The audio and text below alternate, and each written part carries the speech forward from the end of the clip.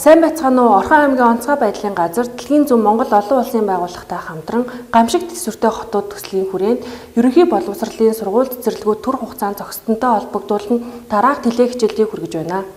Галт төмөр гэдэг нь хараа хяналтнаас гасч хүний амь нас, эрүүл мэнд, хуулийн этгээд эд хөрөнгө болон байгаль орчинд хохиролт учруулах шаардлагыг хэлнэ. Монгол улсын хэмжээнд жилд дунджаар 4561 объектын галт төмөр гарч байдаг.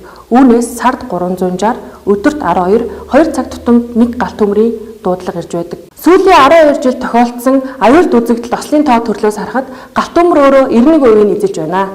Ахуй хүрээнд гарч байгаа галт төмрийн шалтгааны хамгийн их хувь буюу 46%-ыг ил задгаа асгасан үнс нурмаас, 21% буюу пишин зуух яндангийн цонолтоос, цахилгаанаас 19%, за ладын тамхи шүтэнцний галаас 12%, хүүхдийн болгоомжгүй үйл ажиллагаанаас 2%-ийг эзэлж байна.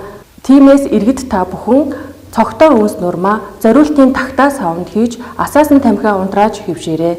За пишин зуухны орчин галт тэсвэртэй материалыг ашиглан 50-70-ын хэмжээтэй буюу төмөр хамгаалтыг хийж аливаа халалт болон цогноос үүдэлтэй галаас өрсөн сэргийлж чадах юм аа.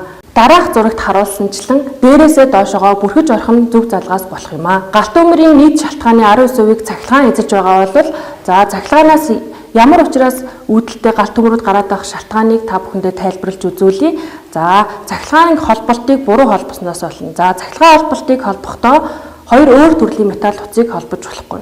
Мөн өрхийн түвшин цахилгааны холболтыг заавалжгүй мэргэжлийн үнээр хийлгэх шаардлагатай байдаг. Цахилгааны утсыг хаач хамаагүй, ямар ч хамаагүй аргаар холболт хийхгүй байх. Цахилгаанаас үүдэлтэй галыг цахилгаан хүчтэрлийг салахгүйгээр усаар унтраахыг хатуу хориглоно. Гэр орооллын айллууд маань ихэвчлэн 2.5 мм голчтой цахилгааны утсыг хэрэглэдэг учраас 30 амперт тохируулж хэрэглэх нь зүйтэй юм аа. Бидний түгээмэл хэрэглэдэг цахилгаан хэрэгслүүдийн амперийг дараах зургаар дүрслэн харуулсан байна.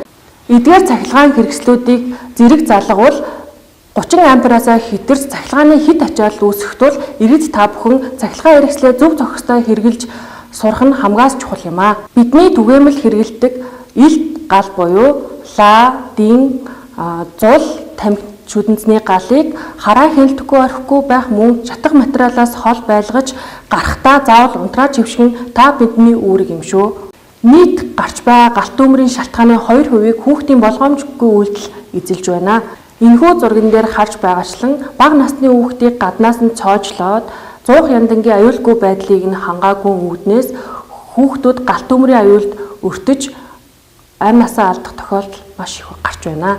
Иймээс бага насны хүүхдийг хараа хяналтгүй орхихгүй байх, гэр орныхоо галт төмрийн аюулгүй байдлыг хангах нь та биднийг галт төмрийн аюулаас өртөн сэргийлж чадах юм шүү. Гал гарсан тохиолдолд бид ямар арга хэмжээ авах вэ?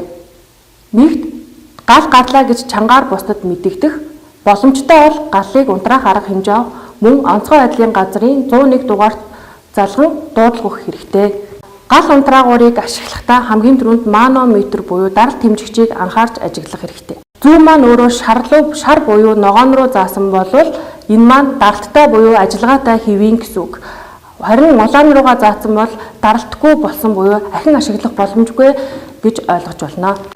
Гал унтраагуур маань өөрөө нунтаг буюу нүүрс хүчлийн хийнээс бүрддэг учраас ашиглахын өмнө заавал сэгсэрч хөдөлгөх шаардлагатай байдаг.